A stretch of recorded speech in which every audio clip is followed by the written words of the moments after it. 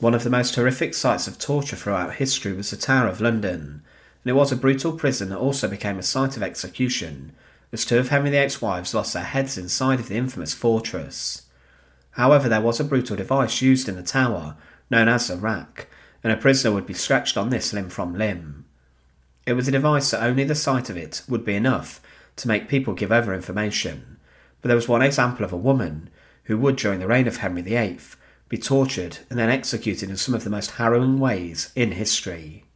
Join us today as we look at the execution of the tortured woman of the Tower of London, and as always, to support our channel, please make sure to subscribe. Anne Askew was born around the year 1521, and her father was a gentleman inside of Henry VIII's court, and he was also a juror when a number of men found themselves accused of treason and adultery with Henry VIII's second wife, Anne Boleyn. He was known to the king, but the Askew family were also related to Robert Aske, the leader of the Pilgrimage of Grace, which was a large protest that arose in the north of England against the king's changes to the church.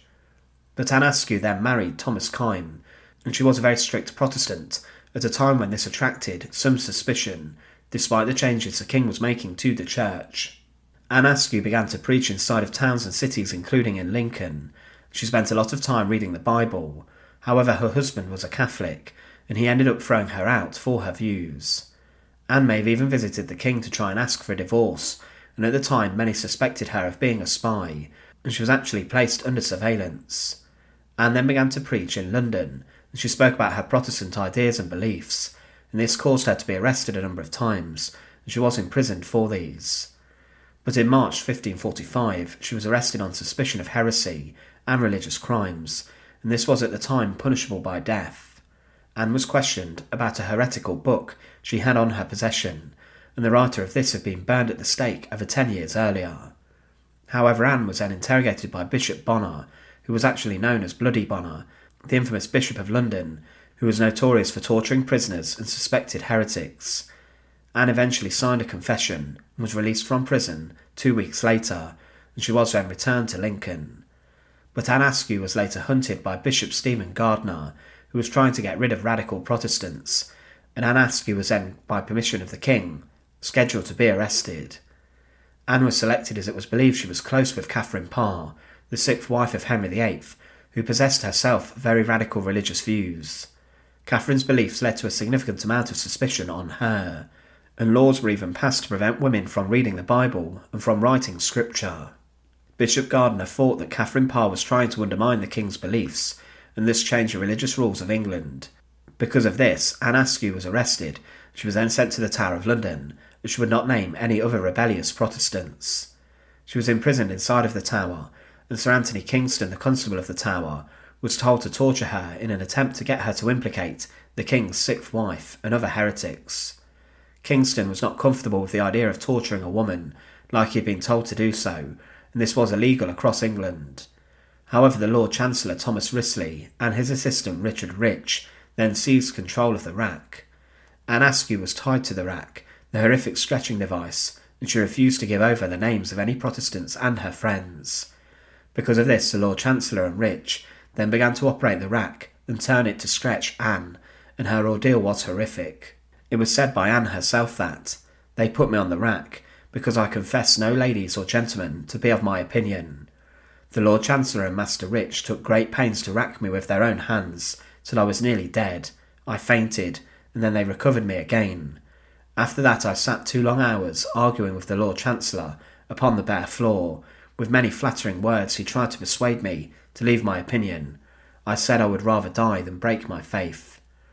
Anne Askew was a broken woman, and she had been racked to within an inch of her life, and her limbs had been dislocated, and she was screaming in agony.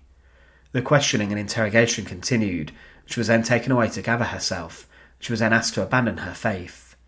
Anne continued to refuse this, and she was then sent to Newgate Prison to await her execution. She had been brutalised by some of Henry VIII's most senior men in government, and on the 16th of July 1546, Anne Askew was taken to Smithfield, and she was to be burned at the stake as a heretic. Burning was a common punishment for heretics, and this persecution would continue during the reign of Bloody Mary, Henry VIII's daughter. But Smithfield was a place which became known for burnings, and it was a site where screams would regularly be heard of those being tied to the stake for their execution on busy market days.